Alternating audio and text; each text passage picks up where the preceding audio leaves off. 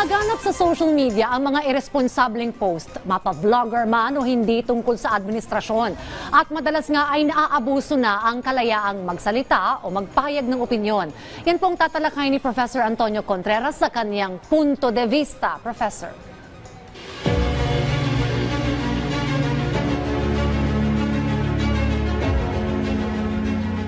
Magandang umaga, Dayan, at maraming salamat sa inyo dyan lahat sa studio. Tunay ngang meron tayong kalayaang magsalita. Freedom of speech is guaranteed in the Constitution. Ngunit tila maraming tao nang abuso dito. Nitong huling araw, may kumalat na naman ng mga balitang malisyoso tungkol sa di umano'y nangyari sa Malacanang.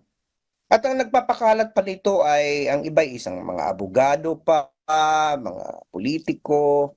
At makikita natin na talagang ito'y malinaw na pang-aabuso ng kalayaang magsalita. Wala naman pong pumipigil sa atin magsalita.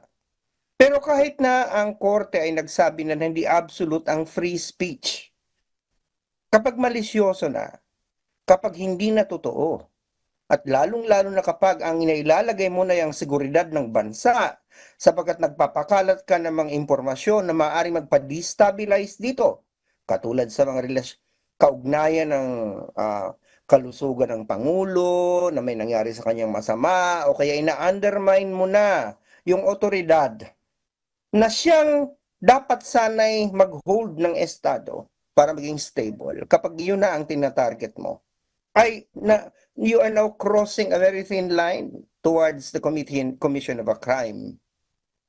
Parang katulad yan nito, hindi ka pwedeng sumigaw ng sunog sa loob ng isang sinihan. May absolute na po tayong pananaw na hindi absolute ang free speech.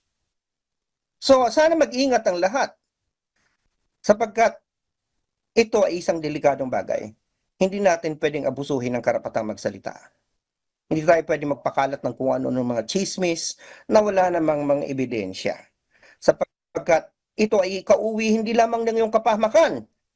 Maaaring ito'y mauwi din sa kapahamakan ng Estado. So yan lang ang aking punto de vista, pero bago ako magpaalam sa inyo, alam niyo, nakapula ako ngayon, kaya alam ko na mayroong nangyayari magandang event yan sa studio. Ika-4 na anibersaryo ng Rise and Shine Pilipinas, ang daya nga, wala ako dyan. Anyway, happy 4th year anniversary sa ating lahat. At magandang umaga sa inyo dyan, lahat sa studio. Maraming salamat po, Professor Antonio Contreras, at happy anniversary po sa atin dito sa RSP.